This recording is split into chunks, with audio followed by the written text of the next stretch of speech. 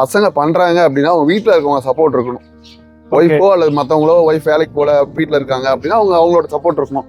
அவங்க நான் இதெல்லாம் பாத்துக்க மாட்டேன், நான் இதெல்லாம் செய்ய முடிஞ்சு அடுத்த நாள் தான். நீங்க வெறும் ஆட்டு வளர்ப்பு மட்டும் தான் பண்றீங்களா, வேற தொழில் பண்றீங்களா? இல்ல மெயின் 100% இது மட்டும் தான் பண்றாங்க. ஆடு வளர்ப்பு தான் 20 வருஷமா தான் பண்றீங்க. சோ அதுல வந்து என்னென்ன விஷயங்கள் நூக்கம் காரணம் உங்களுக்கு எல்லாமே தெரியும். இதுலலாம் தெரிஞ்சு ஃபுல்லா தெரியும். இதுக்கெல்லாம் வந்து தனியா வந்து படிக்கிறதுக்குலாம் வந்து கவர்மெண்ட்ல வந்து ஏதாவது இருக்குங்களாண்ணா? இது மாதிரி அவங்க வேலையை பார்த்து போயிடுவாங்க. அப்புறம் இங்க வந்து எல்லாம் சப்போஸ் அந்த ஐடி வேலை நம்மளால முடியல, நம்ம இதை மெயின்டைன் பண்ணலாம், அதுக்குள்ள நான் இது பண்ணிட்டு இருக்கேன் அப்படின்னு சில பேர் நினைச்சிட்டு இருப்பாங்க. இந்த தொழில் அதை விட்டுட்டு நம்ம இதுக்கு வந்துடலாம், ரொம்ப ப்ரெஷரா இருக்கு, ரொம்ப டென்ஷனா இருக்குது, நம்ம இந்த தொழிலுக்கு வந்துடலாம் அப்படின்னு நினைச்சிட்டு இருப்பாங்க. இது அதை விட இது லாபம் அப்படின்னு நினைச்சிட்டு அவங்க 2 லட்சம் நம்மள வாங்கிட்டு இருப்பாங்க மாசம். புல்லு தேவையா சாப்பிட்டுக்குது மேட்ச்ல விடும்போது. ஓகேங்கண்ணா. இப்போ நம்ம ஒண்ணு இன்னைக்கு சாப்பிடக்கூடாதுன்னு தோணுச்சுன்னா நமக்கு டேஸ்ட் நாக்கு ஒத்து வராது இல்ல, நம்ம சாப்பிட்டு பார்த்து பிடிக்காது. ஓகேங்கண்ணா. அதே மாதிரி தான் ஆடுவோம், அது பிடிக்கலாம் அது விட்டு வேற தீவனத்தை சாப்பிடும். ஓகே. ஆனா அதை ஒண்ணு செலக்ஷன் பண்ணி அது கொடுக்கறது அதுவா போய் மேட்ச்ல போயிட்டு வந்தா இன்னும் நல்லா இருக்கும். இல்ல மேட்சல் முறையே ஒருத்தருக்கு அங்க கிடைக்கல அப்படிங்க கிடைக்கலங்கிற பட்சத்துல அடர் தீவனம் கொடுக்கணும், உலர் தீவனம் கொடுக்கணும், பசுந்தீவனம் கொடுக்கணும். பசுந்தீவனம் சோளத்தட்டு கொடுக்கலாம், தீவனத்தட்டு கொடுக்கலாம், இந்த மாதிரி பண்ணலாங்க. ஓகேங்கண்ணா. அப்புறம் வந்து மல்பெரி இலை கொடுக்கலாம், இந்த மாதிரி சவுக்கு இலை கட் பண்ணி மேட்சல் இல்லாதவங்க இந்த மாதிரி இதுல தேர்ந்தெடுத்து. ஆமா. ஓகேங்கண்ணா. விலைக்கு வாங்கி போட்டா லாபம் குறையும். அதாவது நம்மளா சொந்தமா செஞ்சோம்னா ஆமாங்க இது வந்து நம்ம லாபம் அதிகமா கிடைக்கும். ஆமாங்க. ஆனா அப்புறம் இன்னொரு விஷயம் என்னன்னா, நீங்க 20 வருஷமா இருந்திருப்பீங்க. ஒரு ஆடு வளர்ப்புல வந்து பாத்தீங்கன்னா 5% இறப்பு விகிதம் இருந்தா அவங்களால வந்து அது சமாளிக்க முடியும். ஆனா வந்து 20% மேல போச்சுன்னா அவங்களால சமாளிக்க முடியும். இறப்பு விகிதம் எதனால வருது? மெயின்டெனன்ஸ் சரியில்லை, இறப்பு விகிதம் வரதான் செய்யும். ஆனா ஆரம்பத்துல உங்களுக்கு அந்த மாதிரி இருந்திருக்கும் இல்லைன்னா? ஆரம்பத்துல முன்னே சொன்னேன் பிபிஆர் வந்துருச்சு அப்படின்னு சொன்னேன். அது இல்லாம கழிச்சல் போனா அதை பார்க்கணுங்க. கழிச்சு மெயின் வந்து ஆட்டுல வந்து மேல பெயின் இருக்கக்கூடாது, கழிச்சல் போகக்கூடாது. இது 2. அதே மாதிரி பூச்சி மருந்து டிவார்மிங் கரெக்டா பண்ணும், பூச்சி மருந்து கரெக்டா கொடுக்கணும். இது 3 தான் மெயின் ஆடு வளர்க்குறது பேசிக். நீங்க 300 ஆடு வச்சிருக்கீங்க இல்லையா? அந்த அந்த இதுல வந்து பாத்தீங்கன்னா முக்கியமா நோய் மேலாண்மைக்கு என்னென்ன பண்றீங்கன்னா? நோய் மேலாண்மைக்கு பிபிஆர் தடுப்பூசி போடுவோம், குடல் புழு நீக்கிறதுக்கு மருந்து கொடுப்போம், அப்புறம் மேல பேனுக்கு வந்து மருந்து அடிச்சு விடுவோம். ஓகே, இதுதான் மெயினா பண்றோம். இது வந்து மாசம் வந்து இதுக்கு ஒரு வருஷத்துக்கு இல்ல 3 months ஒருக்கா டிவார்மிங் பண்ணுவோம். 2 மாசம் அல்லது 3 மாசத்துக்கு ஒருக்கா. வருடத்துக்கு இது எவ்வளவு செலவாகும்? வருஷத்துக்கு ஆவரேஜ் இது இருக்கிற ஆட்டையால் டோட்டலா எல்லாம் சேர்த்து ஒரு 40,000 30,000 வந்துடும். ஒரு 300 ஆடுகளுக்கு இவ்வளவு செலவா வந்துடும். இது வந்து கவர்மெண்ட்ல ஃப்ரீயா கிடைக்குமா? கவர்மெண்ட்ல வாங்கி கொடுக்கலாம், நம்ம வாங்கி கொடுக்கறதுல அது கவர்மெண்ட்ல எப்படி கொடுக்குறாங்க என்னன்றது இது வேணா பிரைவேட்லயே வாங்கிக்கிறோம் நம்ம. நீங்க பிரைவேட்ல தான் வாங்கிக்கிறீங்க? ஆமா. அந்த அதாவது இறப்பு விகிதத்தை நீங்க வந்து இப்போ உங்களுக்கு எப்படி வருஷத்துக்கு எவ்வளவு உங்களுக்கு இறப்பு விகிதம் இருக்குங்களா? இறப்பு விகிதம் இப்போதைக்கு இல்ல, இப்போ ஒரு 3 or 4 months இல்ல. அதுக்கு முன்னாடி ஒரு 7-8 குட்டி, மழை காலத்துல வந்து ஒரு 7 சின்ன குட்டி இளங்குட்டிங்க இறந்துருச்சு. ஓகே. அது நாங்க கிடாவே விடாம இருந்தோம், எப்படியோ தெரியாம கிடா வந்து எல்லாம் ஜம்ப் ஆகி கிராஸ் ஆகி சனியாயிடுச்சு. அந்த மழை காலத்துல மெயின்டைன் பண்றது ரொம்ப சிரமமா இருக்கும். இப்போ இந்த ஆடு வளர்ப்புல வந்து மழை காலம் தான் ரொம்ப. ஆமா, அதுக்குதான் இப்ப இருந்து இப்ப இந்த மாசத்துல இருந்து இனிமே வந்து ஒரு 4 monthsக்கு வந்து நம்ம ஆடு கிராஸ் பண்ணாம கிடா மட்டும் தனியா வச்சுட்டு இருந்தோம்னு வச்சுக்கோ, உங்களுக்கு ஆடு சனையாக போறது இல்ல, சனையானதுன்னு குட்டி போடும். ஓகே. ஆனா இப்ப இன்னொரு விஷயம் என்னன்னா, இப்ப ஆடு வளர்ப்புல வந்து இப்ப நீங்க சொன்ன மாதிரி ஒரு எந்த ஒரு ஆட்கள் எவ்வளவு தேவைப்படுறாங்கண்ணா இதுக்கு இது வந்து மெயின்டைன் பண்றதுக்கு? இப்ப நம்ம கிட்ட 3 பேர் பாருங்க, அங்க அந்த இது வச்சு கட்டிட்டு இருக்காங்க. 3 பேர் இப்ப பாத்துட்டு இருக்காங்க. ஓகேங்கண்ணா. ரெகுலரா அவங்க வராங்க, பாத்துக்கிறாங்க. இப்ப இவங்க எல்லாம் வந்து தகரத்தெல்லாம் தள்ளி விட்டுச்சு, அதெல்லாம் சரி பண்ணிட்டு இருக்காங்க. ஓகே. 3 பேர் நீங்க வேலைக்கு போட்டிருக்கீங்க? ஆமாங்க. ஒரு 300 ஆடு இருக்கிறதுனால. ஆனா 50 ஆடு இருக்கிறவங்களுக்கு அது தேவையில்லை. 50 ஆடு இருக்குங்க, அவங்க வேற ஐடில ஒர்க் பண்றாங்க, மத்த வேலை ஏதாவது பாத்துட்டு இருக்காங்க போறாங்கன்னா ஏதோ ஒரு ஆள் வச்சுக்கலாம். அப்பதான் பண்ண முடியும். வேற பிசினஸ் இருக்கு அப்படின்னாக்க ஒரு ஆள் வச்சு இருந்து பாத்துட்டு தான் சரியா இருக்கும். ஆனா லேபரும் இருக்கணும், அவங்களே ஃபுல்லா எல்லாம் வெளியில இது போனாங்கன்னா பாத்துக்கிற சிரமமா இருக்கும். இது வந்து நேரடி பார்வையில தான் இருக்கணும். நேரடி பார்வையில தான் இருக்கும். இதுல இன்வெஸ்ட் பண்ணா நம்ம பாட்டுக்கு போயிடலாம் அப்படிங்கிற அப்படியெல்லாம் 100% லாஸ்ல தான் முடியும். ஓகேண்ணா. இது வந்து முழு லாபம் இருக்கோ இல்லையா, ஆடு கடைசி வரைக்கும் எல்லாம் இழைச்சு போய் ஒண்ணுமே இல்லாம எல்லாம் அது எப்படி பண்ணாங்க, பெயின் பிடிச்சி போய் எல்லாம் கடைசியில செட்டுக்குள்ளே வச்சிருந்தா பெயின் பிடிச்சிக்கிது. லேபரை போட்டு இவங்க போயிட்டாங்கன்னா என்னதான் நம்ம பாக்குற மாதிரி இருக்காதுங்க எது பண்ணோம்னாலும். ஓகேங்கண்ணா. அந்த காலத்திலே பழமொழி சொல்லியிருக்காங்கல்ல, எப்படி மொத்தம் வந்து டோட்டலா நம்ம நேரடி கண் பார்வையில்னா ஆடு வளர்க்கறது வேஸ்ட். ஓகேண்ணா. ஆனா இன்னொரு விஷயம் என்னன்னா, சொல்லுங்க, நீங்க ஆடு வளர்ப்புல வந்து இன்வெஸ்ட்மெண்ட் ஒண்ணு இருக்குல்லண்ணா, அதை வந்து கடன் வாங்கி சில பேர் ஆரம்பிக்கிறாங்க. கவர்மெண்ட்ல சில நேரங்கள்ல வந்து லோன் ஃபெசிலிட்டி, கவர்மெண்ட்ல லோன்லாம் கொடுக்குறாங்க, சென்ட்ரல் கவர்மெண்ட்ல லோன் தராங்க. அது 100 ஆடு வச்சிருந்தாக்க 50% மானியம் தராங்க. ஓகேங்கண்ணா. அது மாதிரி பண்ணலாம். அதுக்கு செக்யூரிட்டிலாம் கேட்பாங்க, இப்போ அதை கொடுத்து தான் பண்ணணும். இப்போ கடன் வாங்கி பண்றதுன்னா ரொம்ப கம்மி வட்டிக்கு வாங்கினா ஒன்றும் பிரச்சனை இல்லை. 100க்கு எக்ஸ்ட்ரா வட்டிக்கெல்லாம் வாங்கி மீட்டர் வட்டிலாம் வாங்கி பண்ணாங்கன்னாக்கா அப்புறம் லாஸ் தான் போய் நிற்கும். கடன் வாங்கி இதை பண்ணலாம்னு சொல்றீங்க. பண்ணா தப்பு கிடையாது. கடன் வாங்கி ஆட்டை பார்த்துக்கணும். சும்மா வாங்கி விட்டுட்டு போயிட்டா அது பாட்டுக்கும் லாபம் வந்துருங்களா? புரியுதுங்கண்ணா. அப்ப இது வந்து இந்த தொழில் வந்து முழுக்க லாபகரமான தொழில் தான். தொழில் லாபமான தொழில் 20 வருஷமா எப்படி நான் பண்ணிட்டு இருப்பேன். தடுமாறி தான் எடுத்துடும். குழந்தை பிறந்த உடனே நடக்கும் போது தடுமாறி எந்திரிச்சு தான் நடக்கும். அது மாதிரி நம்மளும் ஆரம்பத்துல கொஞ்சம் தடுமாட்டம் இருக்கதான் செய்யும். அப்புறம் போக போக சரியாகும். அதை வந்து அவங்க தெரிஞ்சுக்கிறதுக்கு கொஞ்சம் டைம் எடுத்துக்கணும். ஆமா. ஆனா சொல்லுங்க. இப்போ வந்து எனக்கு வந்து ஒரு புள்ளி வர வேணும்னா, அதுவும் வந்து எந்த ஒரு ஹிடன் மெசேஜ் இல்லாம தெளிவா நேரடியான பதிலா வேணும்னா சொல்லுங்க. இப்போ 100 ஆடு வந்து ஒருத்தர் வாங்குறாரு, அதனுடைய லாப கணக்கு தெளிவா உண்மையா எனக்கு வேணும்னா, லாபம் குறைந்தபட்ச லாப கணக்கா வேணும். குறைஞ்சபட்ச லாப கணக்கா? ஆமாங்கண்ணா. சரி வாங்க உட்காந்து பேசலாம். வாங்க சொல்லுங்க. ஆனா லாப கணக்கு சொல்லலாம். லாப கணக்கு 100 ஆட்டுக்கு கேட்டீங்களா? ஆமாங்கண்ணா. 100 ஆட்டுக்கு ஃபர்ஸ்ட் நீங்க இன்வெஸ்ட்மெண்ட் வாங்கும்போது ஆவரேஜ் ஒரு 13,000 வரும் ஒரு குட்டி. அப்படிங்கிற 100 ஆட்டுக்கு வந்து ஒரு 13 லட்ச ரூபா வருது. ஒரு 13 லட்ச ரூபா குட்டி வாங்குற செலவாயிடுது. ஓகேங்கண்ணா. தீவன செலவு ஒரு 5 லட்ச ரூபா வருது. மாசம் எவ்வளவு செலவாகும்? மாசங்களா? ஒரு ஆட்டுக்கு ஒரு 15 ரூபா செலவாகுதுன்னு கணக்கு வச்சுக்கோங்க. ஒரு ஆட்டுக்கு வந்து 15 ரூபாய் செலவு. ஒரு 100 ஆடுனா வந்து ஒரு நாளைக்கு 1500 ரூபாய் வந்து தீவன செலவாயிடும். ஆமா. மாசத்துக்கு வந்து 45,000. இப்போ வருஷத்துக்கு 5,40,000 ஆகுது. ஒரு அக்யூரேட்டா கணக்கு போட முடியாது. கொஞ்சம் முன்ன பண்ண ஆகணுமா? 13 லட்சம் 18 லட்ச ரூபா ஆச்சு. ஓகே, 14,40,000 ரூபாய் ஆயிடுச்சு. ஓகேங்களா? அடுத்தது வேற என்ன செலவு இருக்குண்ணா? அடுத்தது வந்து லேபர் செலவு இருக்கு. 2 பேர் அப்படின்னாக்கா ஒருத்தருக்கு 250 ரூபா, 2 பேர் 500 ரூபா ஆச்சு. ஒரு மாசத்துக்கு வந்து 500 ரூபா 5,000 ரூபா ஆச்சு. வருஷத்துக்கு வந்து 1,80,000 ஆகுது. 1,80,000 ரூபா வந்து லேபர் செலவு மட்டும் வருது. ஒரு ஆட்டுக்கு 2 பேர் லேபர் தேவை. ஆமா. 1,80,000 ரூபாய் ஆயிடுச்சு. ஆமாங்க. அதுக்கப்புறம் வேற என்ன செலவு இருக்குங்கண்ணா? வேற அப்புறம் அடர் தீவனம் கொடுக்கணும். அதெல்லாம் சேர்த்து தான் கணக்கு போட்டேன். உங்களுக்கு சொல்லியாச்சு 15 ரூபா நோய் மேலாண்மைன்னு விட்டீங்க. அது 100 ஆட்டுக்கு வந்து ஒரு 20,000 25,000 வருங்க உங்களுக்கு. மாசத்துக்குங்கண்ணா இல்ல வருஷத்துக்கு அவ்வளவுதான் வரும். 100 ஆட்டுக்கு வெறும் 25,000 தான். அவ்வளவுதான் வருங்க. வேற எக்ஸ்ட்ரா எல்லாம் செலவு இருக்காது. ஒன்றும் பெருசா செலவு இல்லைங்க. டிவார்மிங் பண்றது, மேல பூச்சி இருந்தா மருந்து அடிச்சு விடணும். அப்புறம் வந்து கழிச்சல் போனா மருந்து கொடுக்கணும். என்ன வேற என்ன செலவு பண்ண போறீங்க? ஸ்டார்டிங்ல ஷெட் எல்லாம் போடணும்ல 100 ஆட்டுக்கு? ஷெட் சிம்பிளா போட்டுக்கலாம். பழைய ஷெட் வீட்டுல இருக்கும். ஏதாவது மாட்டு கூட ஒரு ஷெட் இல்ல சொல்றேன். நீங்க கம்மியா இருக்குது ஷெட் எல்லாம் ஒரு 50,000 போடுற மாதிரி பேனல் ஷெட்லாம் வந்துருச்சு. அந்த மாதிரி போட்டுட்டு போலாம். ஓகே, அதுக்கு ஒரு 50,000 வச்சுக்கோங்க. மினிமம் இதா போட்டுக்கோங்க. மினிமம் இப்போ வந்து 1,80,000 பிளஸ் 5,40,000 5,40 6,40 7,20 ஆச்சு. 7,20 ஒரு 50 ஒரு 7,45 வச்சுக்கோங்க. ஓகே, ஒரு 5,000 முதல்ல போய் என்ன கணக்கு பார்த்துட்டு இருக்கீங்க போய் அதை போய் 7,45 ஆச்சு. ஓகேங்கண்ணா. அப்புறம் வந்து மத்தபடி வேற என்ன செலவு இருக்கு? 13 லட்சம் ஆட்டுக்கு வாங்கிருப்பீங்க இல்லையா? 13. ஓகேங்கண்ணா. 13 இது எவ்வளவு ஆச்சு? ஒரு 21 லட்சம் பக்கம் வருதுங்கண்ணா. 21 லட்சம் வருது. சரி ஓகே, அந்த கணக்கு விட்டுருங்க. அது இருக்கு அப்படியே மனசு வச்சுக்கோங்க. ஓகேங்கண்ணா. இப்போ நீங்க ஆடு 13,000 ரூபாய்க்கு ஒரு ஆடு வாங்குனீங்களா? அது ஒரு வருஷம் அதே விலைக்கு அப்படியே தான் இருக்குமா? பெருசா இருக்கும்ல? கண்டிப்பாங்கண்ணா. நான் சொன்னது தலைச்சங்குட்டி தான் சொல்லியிருந்தேன் உங்ககிட்ட. ஓகேங்கண்ணா. அது ஒரு 20 கிலோ வாங்கினது ஒரு 30-35 கிலோக்கு மேல வந்திருக்கும். அது ஒரு 20,000 ரூபாய்க்கு சேல் ஆகும். ஒரு ஆடு கொடுத்தோம்னா மினிமம் 20,000 போகும். ஒரு ஆடு 20,000னா 100 ஆடு எவ்வளவு ஆச்சு? 20 லட்சம் ரூபாய் ஆச்சுண்ணா. அந்த ஆடு குட்டி போடாம அப்படியே இருக்கும் உங்களுக்கு. குட்டி போட்டுருக்கும்ல? கண்டிப்பாங்கண்ணா. அது குட்டி போட்டா அது குட்டி இருக்கும்ல? அது ஒரு 10-12,000 13 வரைக்கும் விற்கும்ல? கண்டிப்பாங்கண்ணா. கிட்டத்தட்ட ஒரு 8 மாச குட்டி 7 மாச குட்டி இருக்கும். ஓகேங்கண்ணா. அது ஒரு 100 குட்டி ஆவரேஜ் 1-2 போடுறது 1 போடுறீங்க. 100 குட்டி கணக்கு வைங்க. மினிமம் 100 குட்டி கணக்கு வைங்க. அது எவ்வளவு ஆச்சு? ஒரு 13 லட்சம் ரூபாய் ஆச்சு. 13 லட்சம் 20 எவ்வளவு ஆச்சு? 33 லட்சம் ரூபாய் ஆச்சுண்ணா. நான் உங்ககிட்ட என்ன கணக்கு சொன்னேன்? ஒரு 10 லட்சம் ரூபாய் லாபம் சொன்னீங்க. 10 லட்சம் வந்து மினிமம் 13 லட்சம் ரூபாய் 10 லட்சம் வந்துச்சுங்களா? இப்ப லாபம் வந்துச்சா? ஓகேங்கண்ணா. அப்புறம் நீங்க போட்ட ஷெட் அப்படியே தான் இருக்குது. நீங்க வாங்கிட்டு வந்த ஆடு அப்படியே தான் இருக்குது. நீங்க இருக்கிற குட்டி 100 ஆடு 200 ஆடு ஆயிடுச்சா? கரெக்ட். அப்புறம் அதுவும் வச்சிருந்தீங்களா? அதுல கெடா குட்டி எல்லாம் சேல் பண்ணிட்டு பொட்டை குட்டி எல்லாம் வச்சிருந்தீங்களா? அது ஒரு 50 குட்டி இருக்கு. 150 ஆயிடுச்சா? கரெக்ட். அடுத்த வருஷம் அதுக்கு அடுத்த வருஷம் அப்படியே கணக்கு போட்டுவாங்க.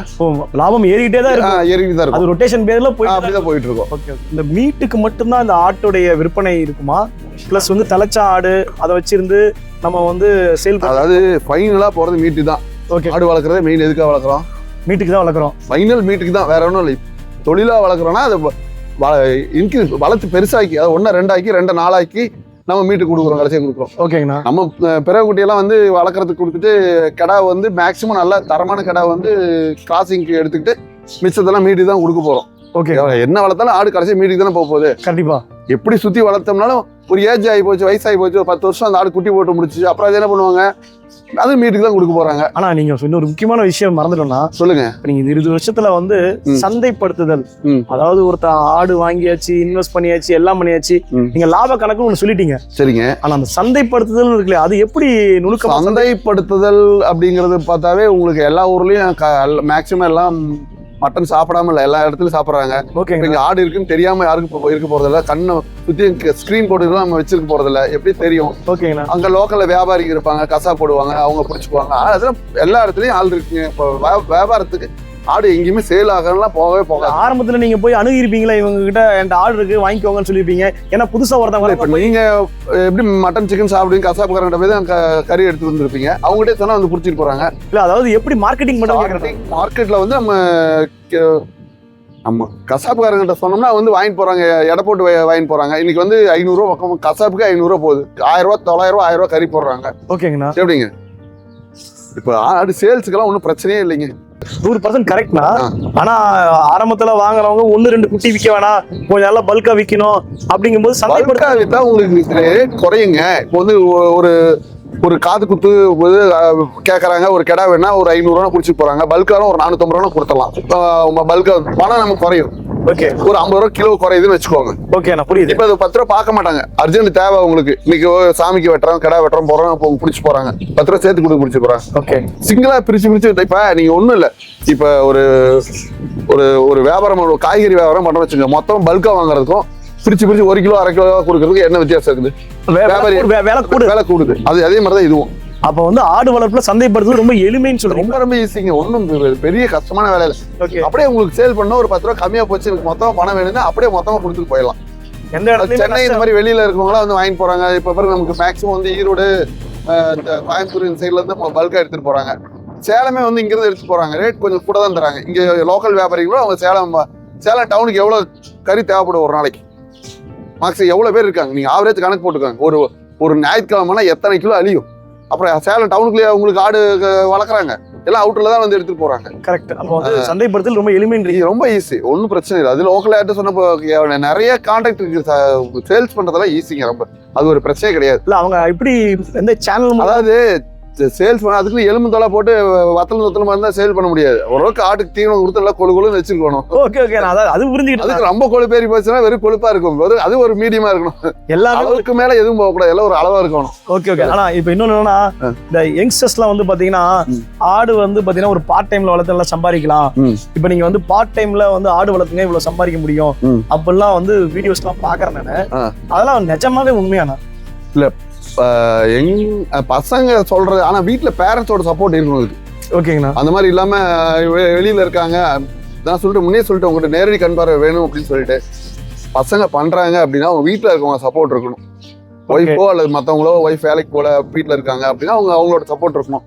அவங்க நான் இதெல்லாம் பாத்துக்க மாட்டேன், நான் இதெல்லாம் செய்ய மாட்டேன் அப்படின்னா மெயின்டைன் பண்றது ரொம்ப சிரமம். அப்புறம் லேபர்ஸ் நம்பி போய் அப்புறம் லாஸ் தான் முடியும். ஆனா யாரெல்லாம் அவங்க ஒரு நாளைக்கு வரலன்னா நம்ம பாத்துக்கணும், லேபரே வரலன்னா கூட நம்ம ஒரு நாளைக்கு பாத்துக்கணும். ஓகே, அந்த மாதிரி நம்ம கெப்பாசிட்டி இருந்தா மட்டும் செய்ய முடியும். புரியுதுங்கண்ணா. நான் தொட மாட்டேன், இந்த இதெல்லாம் கிளீன் பண்ண மாட்டேன், இது இறங்கி வேலை செய்யணும். அதாவது களத்துல இறங்கி வேலை செய்யற அவங்க மட்டும் தான் செய்ய முடியும், பண்ண முடியும். உடல் உழைப்பு ரொம்ப அதிகமான இதுக்கு இந்த ரொம்ப கஷ்டமான வேலையில ஒண்ணு கிடையாது. ஏன்னா மத்த வேலையை விட இந்த வேலை கஷ்டமான வேலை கிடையாது. எவ்வளவு நேரம் ஒரு நாளைக்கு வேலை செய்வீங்க? நம்ம ஒரு நாளைக்கு எப்படியும் ஒரு 5 மணி நேரம் 6 மணி நேரம் வேலை செய்வோம். அது காலைல இருந்து எத்தனை மணிக்கு ஒர்க் பண்ணுவீங்க? எவ்வளவு நேரம்? காலையில ஒரு அது கணக்கெல்லாம் கிடையாது, விட்டு நீங்க என்ன பண்ணுவீங்க? காலையில எந்திரிச்சாக்கா ஆடு எல்லாம் எப்படி இருக்கு உடம்பு காட்டுங்க. நார்மலா அப்படி போய் பார்த்துட்டே வர வேண்டியவாங்க, அப்படியே போவோம், அப்படியே பார்த்துட்டே வர வேண்டியதான். இப்படி போய் பார்க்கும்போது தெரியுது இது என்ன பிரச்சனை அப்படின்னு சொல்லிட்டு பார்த்துட்டே போக வேண்டியது. எப்படி பார்த்தோன்னா கண்டுபிடிப்பீங்க? இல்ல தெரியும், சோர்ந்து போய் இருக்கிறது நமக்கு காய்ச்சல் தான், எப்படி போய் மூளை போய் படுத்துக்கலாம், அது மாதிரி அது உடம்பு செல்லாம் அது ஒரு மாதிரி டல்லா இருக்கும்ல, பார்த்துட்டே போக வேண்டியதான். ஓகே, அதுக்கு மாதிரி சும்மா தான் படுத்து பரவிட்டு இருக்கு, அது சும்மா இருக்கு, நம்ம அதை பார்த்தா தெரியுது. ஓகே, சோ காலைல வந்தோடனே ஒரு பார்வை பார்த்துக்கலாம். அப்படியே ஒரு பார்வை பார்ப்போம். நைட்டு டைம்ல ஏதாவது மேக்ஸிமம் நைட்ல வந்து பாக்குறது இல்ல, கேமரா காலையில கேமரா இருக்கு பாத்துக்குவோம். சிசிடிவி கேமரா வச்சிருக்கீங்க? சிசிடிவி கேமரா இருக்கு. என்ன சிசிடிவி கேமரா வச்சு என்ன பயன்படுத்திருக்கீங்கன்னா? இல்ல அதுல ஏதாச்சும் நைட்ல சவுண்ட் கேட்டுச்சா அந்த கேமரால பாத்துக்குவோம் அப்படியே. ஓகே ஓகே, சிசிடிவி கேமராவும் பொறுத்திருக்கீங்க? இருக்கு. இல்ல காலைல எந்திரிச்சு ஒரு பார்வை பாத்துறீங்க, வேற வேலை பாப்பீங்கன்னு கேக்குறேன். வேற கழிச்சல் போதான்னு பாப்போம், மெயினா ஆடு ஏதாவது குட்டி போட்டுருக்கான்னு பாப்போம். ஓ, அப்புறம் வந்து ஏதாவது சோர்ந்து போயிருக்கான்னு பார்ப்போம். ஏதாச்சும் இந்த ரீப்பரில் கையில் இது முன்னாடி காலை கீழே விட்டு ஏதாவது மாட்டிக்கிச்சா அதை வந்து எடுத்து விடணும். மாட்டிச்சுன்னா எடுத்து கேப்ல. Okay okay. அது அப்புறம் லேட்டஸ்ட் டெக்னாலஜி நிறைய வந்துருச்சு. இப்போ இந்த மாதிரி ரீப்பர்லாம் அடிக்க வேண்டியதில்லை. இப்போ ஓகே இருக்க டெக்னாலஜி வேற மாதிரி இருக்கு. இருந்தாலும் வந்து நம்ம பழசு இதெல்லாம் பண்ணி ஒரு 15 வருஷம் ஆச்சு. இது அப்படியே மெயின்டைன் பண்ணிட்டு இருக்கோம். ஏன் இதுக்கு தேவையில்லாம செலவு பண்ணிட்டு அப்படின்னு சொல்லிட்டு. ஓகே ஓகேங்கண்ணா. இல்ல வேலை ஆட்களுக்கு என்னென்ன வேலை பண்ணணும்னு சொல்லி கொடுப்பீங்க இல்லையா? இல்ல அவங்க வந்து ஆட்டுக்கு துவரமாவு இந்த பழதானி இதெல்லாம் கலக்கி வச்சிருவாங்க. இதுல போட்டு விட்டுருவாங்க. அந்த ட்ரம்ல போட்டு விட்டுருவாங்க. ஓகே. கீழே எல்லாம் கிளீன் பண்ணுவாங்க. அதெல்லாம் கூட்டி அள்ளி கொட்டிடுவாங்க. அதை அந்த கொட்டிட்டு பாருங்க, அந்த கொட்டிடுவாங்க. ஓகே. அப்புறம் ஆடு மேய்ச்சல் காலையில வந்தோடனே ஒரு 1.5 மணி நேரம் வெளியில விடுவோம். எத்தனை மணிக்கு ஆரம்பிப்பீங்க மேய்ச்சல் ஸ்டார்ட் பண்ணுவீங்க? அது கணக்கெல்லாம் அக்யூட்டா எப்படின்னு ஒரு 1.5 மணி நேரம். அது இப்போ 10 மணிக்கு போனா 11:30 வரும். 9 மணிக்கு போனா அந்த மாதிரி அந்த வேலையால கூட்டு போயிடுவாங்களா? அவங்களே கூட்டு போயிடும். நானும் கூட போவோம். 300 ஆடுகளே அவங்க மெயின்டைன் பண்ண முடியல. மெயின்டைன் பண்ண ஃபர்ஸ்ட் வந்து ஆட்டை எல்லாத்தையும் ஒட்டுக்கா விட்டுருவாங்க. ஓகே. இப்ப பாருங்க பிரிச்சு வச்சிருக்கோம். சின்ன குட்டி தனியா, இந்த குட்டி தனியா எல்லாம் பிரிச்சு வச்சிருக்கோம். மேய்ச்சல் போயிட்டு வந்துட்டு என்ன ரகம், இது என்ன வயசுனா இதெல்லாம்? இது வந்து உங்களுக்கு வந்து ஒரு 4-5 வருஷம் இருக்கு ஆடுங்க. 3 வருஷம் மேல வச்சிருக்கீங்க. ஆமா ஆமா. இது என்ன வயசுங்கண்ணா? எதுங்க இது? என்ன இது வந்து இந்த ஆடு இப்ப இந்த கேட் நம்ம திறந்து வந்தனால இந்த ஆடு வந்துருச்சுங்க. இல்ல தனியா தான் இருந்திருக்கு அதெல்லாம். ஓகே. இது 6-7 மாசம் குட்டிங்க. இது அந்த நம்ம திறந்த உடனே கேட்டை திறந்து இந்த ஓடி வந்துருச்சு. இதெல்லாம் என்ன கீழே இருக்குதுங்களா? கீழே இருக்கலாம் 6-7 மாசம் குட்டிங்க. ஓகே. 4-5 ஆடு நம்ம இந்த வரணும் இங்க உள்ள இந்த பக்கம் போயிடுச்சு. ஆடு பொறுத்த வரைக்கும் கேட்டை திறந்தோம்னா எங்கடா கேப் கிடைக்கும் உடனே சந்தில பூந்துருங்க. Okay okay.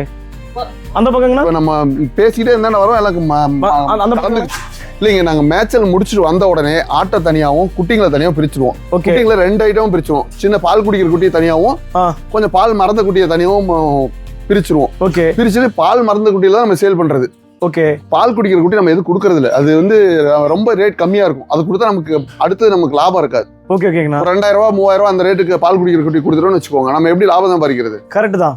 மறுபடியும் அடுத்த இது மறுபடியும் 5 மாசம் கழிச்சு குட்டி போடும் ஆடு. அது மறுபடியும் கொடுத்து 2000 கொடுத்து 2000 வாங்கி வச்சு எவ்வளவு உங்களுக்கு 100 குட்டி வித்தா எவ்வளவு வந்துடும்? 2000 3000 3 லட்சம் வரும். அதை வச்சு என்ன பண்ணுவீங்க? Correct correct correct. நீங்க சொல்றது கரெக்ட். நீங்க வந்து வளர்ந்து ஒரு 10,000 12,000 சைஸ் குட்டி கொடுத்தோம்னா ஒரு 100 குட்டி கொடுத்தா ஒரு 10-12 லட்சம் வரும். செலவு போக நம்ம ஏதோ பார்க்க முடியும். நீங்க வந்த உடனே மேய்ச்சல் ஒரு 1.5 மணி நேரம் விட்டுறீங்க. ஆடு பேட்ச் பேட்சா பிரிச்சிடுறீங்க. அதுக்கப்புறம் என்ன பண்ணுவீங்க?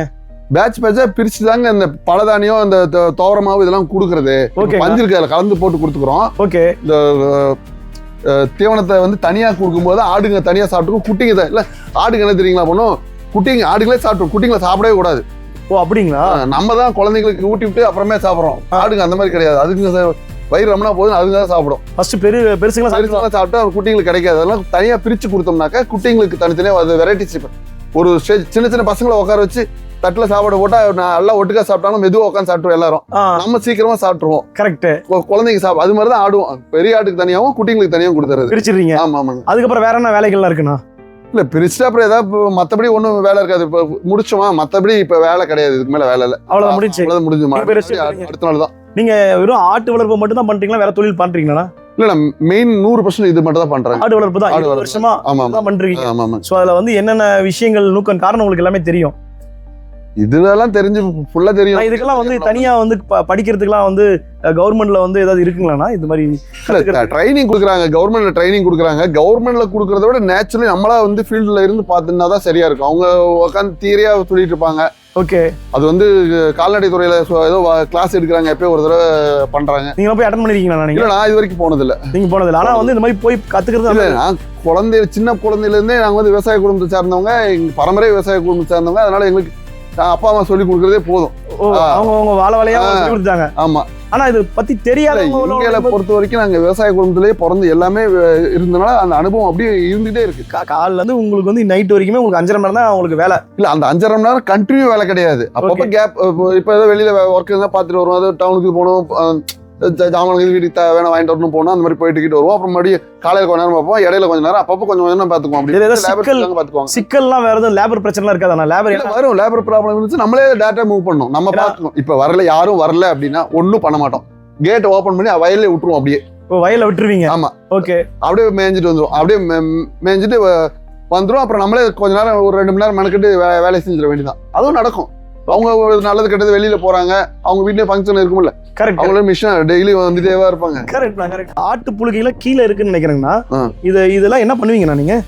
இது வந்து ஒரு யூனிட் 5000 ரூபாய் போதுங்க. ஆட்டுப்புழுக்கு ஆமா ஆமா கொல்லிமலை போகுது. இங்க ஒரு டாக்டர் ஒருத்தர் ரெகுலரா எடுத்துட்டு இருக்காரு. ஒரு யூனிட் 5000 போகுது. வருஷம் வந்து ஒரு 2 லட்சம் ரூபாய்க்கு ஆகும் ஆட்டுப்புழுக்கு மட்டும். வருஷத்துக்கு ஆட்டுப்புழுக்கையில மட்டும் 2 லட்சம் வரும். Okay okay. ஆனா நீங்க ஆட்டுப்புழுக்க மாதிரி வேற என்ன லாபங்கள்லாம் பார்த்துட்டு இருக்கீங்கன்னா? இது இன்னும் அமேசான்ல பாக்கெட் போட்டு வித்தா என்ன அது ஒரு 7-8 லட்சம் வரும். அதெல்லாம் நம்ம செய்யல. அதையும் செய்யறாங்க. ஒரு கிலோ 20 ரூபாய்க்கு கொடுக்குறாங்க இந்த ஆட்டுப்புழுக்கு. ஆமா அந்த டவுன்ல செடியெல்லாம் வச்சிருக்காங்கல்ல, ஓகேங்கண்ணா, மாடி தோட்டம் அங்கங்க வச்சிருக்காங்க. அவங்கள எங்க டவுனுக்குள்ள எங்க போய் எரு வாங்க போறாங்க? அவங்க வந்து அமேசான்ல ஆர்டர் போட்டு வாங்குறாங்க. கொஞ்சம் ரிச் ஃபேமிலி எல்லாம் நிறைய செடி அங்கங்க வச்சிருப்பாங்க. அவங்களே இந்த மாதிரி நடந்துட்டு தான் இருக்கு. இந்த ஆட்டுப்புழுக்கையும் லாபம் தான். ஆமா ஆமா. ஆட்டுல எந்தெந்தெல்லாம் லாபம் கிடைக்குதுண்ணா? அதான் ஆட்டுப்புழுக்கையில இருந்து எல்லாமே லாபம் தான். நஷ்டம்னு சொல்ல வர்றது நம்ம மெயின்டெனன்ஸ் சரியாலாம் நட்டம் தான். 2 ஆடு இறந்து போச்சுனாலும் நட்டம் தான். அப்புறம் ஆடு இறக்குறது மெயின் என்ன தெரியுமா? ஒண்ணு நோய் வந்து மெயின் பிபிஆர். அதுதான் ரொம்ப ரொம்ப கொடூரமான நோய். அப்புறம் வந்து இந்த நீலநாக்கோய் வருது வரதுல எப்படி கண்டுபிடிக்கிறீங்களா? அதுதாங்க வாயில வந்து புண்ணு வரும். வாயில வந்து இந்த இடத்துக்கு ஒரு நிமிஷம் காட்டுறேன். இந்த இடத்துல சிவப்பு கலர்ல அப்படியே கொப்பளமா இருக்கும். இந்த மூக்குல வந்து சரி மாதிரி வரும். கண்ணுல தண்ணி வரும். பின்னாடி கழிச்சல் வரும். ஓகே, ஃபர்ஸ்ட் கழிச்சல் சொன்னீங்க. ஆனா அந்த பிபிஆர்ங்கிறது இந்த மாதிரிலாம் இந்த சிம்டம்லாம் இருக்கும். அதுக்கு வந்து ஒன்ஸ் தடுப்பூசி போட்டா 3 வருஷத்துக்கு 2 வருஷம் போட்டுறோம். இப்பெல்லாம் 3 வருஷத்துக்கு ஒருக்கா கூட போடலாம், ஒன்றும் பிரச்சனை இல்லை. வருஷம் போடுறது பெட்டர். ஓகே, அதாவது உங்களுக்கு ஒரு 6 மாசம் 4-5 மாசம் குட்டிக்கு மேல போட்டுருணும். பிபிஆர் தடுப்பூசி போடணும். கிருமி கொரோனா மாதிரி அது ஒரு கிருமி. அது அட்டாக் ஆயிடுச்சுன்னா அதுல வந்து நிறைய லாஸ் ஆகுது. 50% ஆடு காப்பாத்துறதே பெரிய விஷயம்.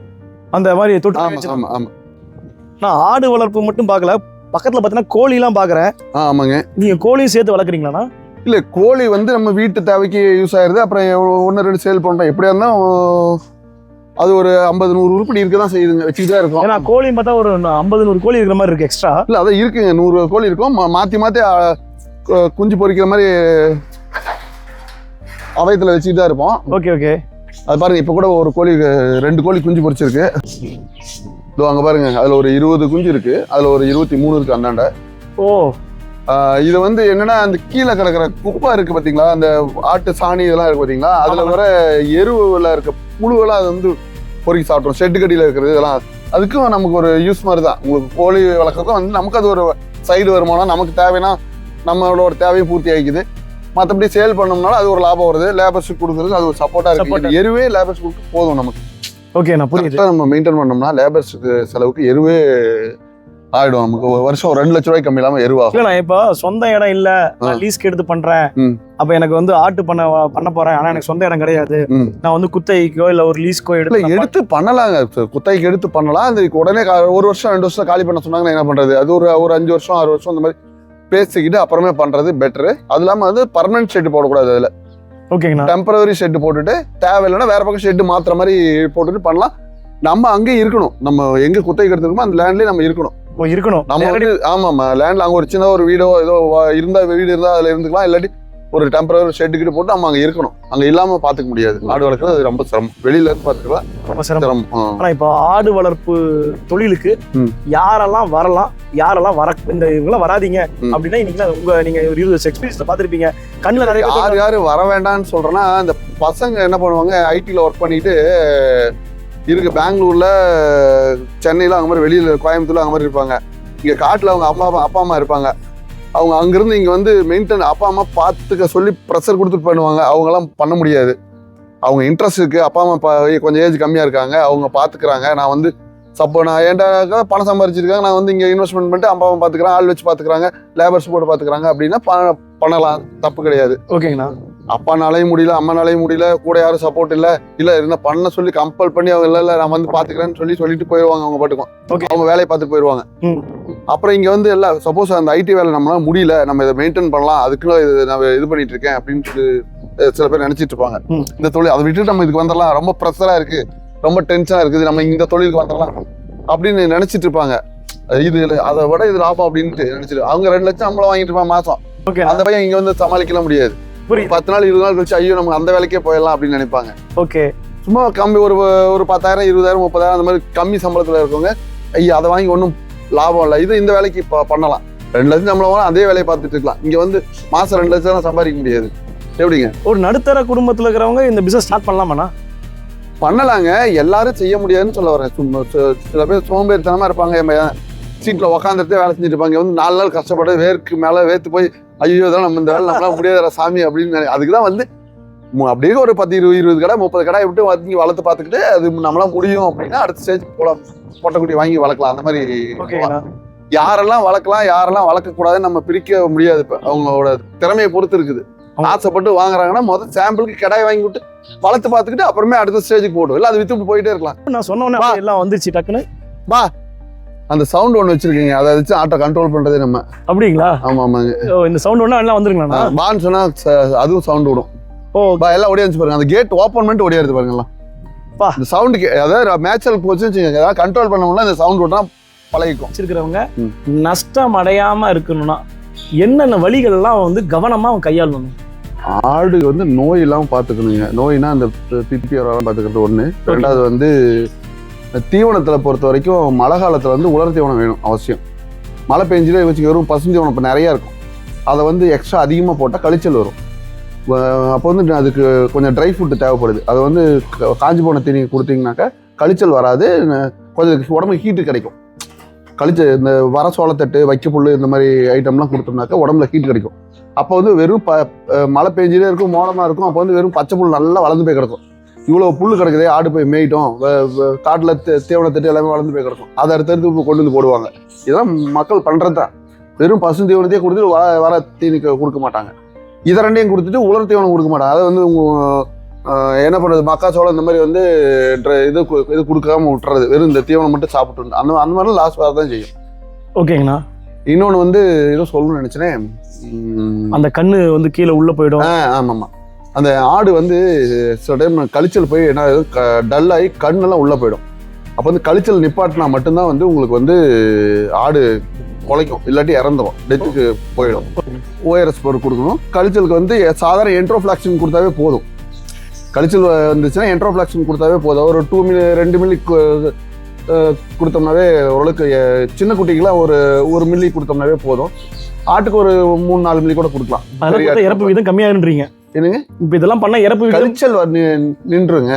ஓகே, கழிச்சல் நிற்கிறதுக்கு நான் சொல்ல வரேன். நான் அதாவது வெறும் பசுந்தீவனமா சாப்பிட்டுச்சுன்னா கழிச்சல் போக தான் செய்யும். ஓகே, புரியுது. அதுக்கு உலர் தீவனமும் பசுந்தீவனும் மாற்றி சாப்பிட்டுச்சுன்னா வந்து உங்களுக்கு வந்து இந்த கழிச்சல் வரது வாய்ப்பு. வேற என்ன கவனமா நஷ்டத்துல இருந்து போகிறது? வேற மேலே பேன், இந்த பேன் இருந்துச்சுன்னா அரிச்சு செல்லு பேன் இருக்கும். அப்புறம் அது இல்லாமல் வந்து சின்ன சின்ன உணியெல்லாம் இருக்கும்.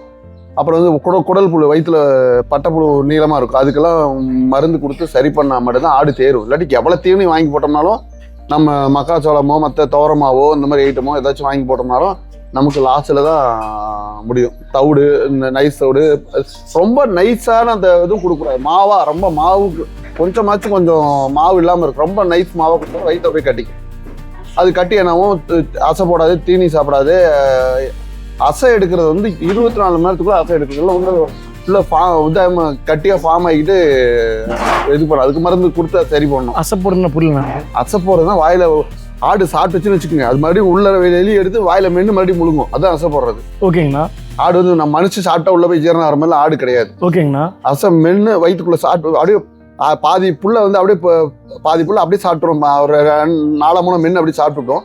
மறுபடியும் வந்து இங்கே வந்து படுத்திருக்கும் போது வாய்க்குள்ள இருந்து வெளியே எடுக்கும். உள்ள சேமிச்சு வெளியே எடுக்கும். அதுக்கு ஒரு பாக்டீரியா உள்ள நொதிச்சு தான் அது வெளியே வரும்.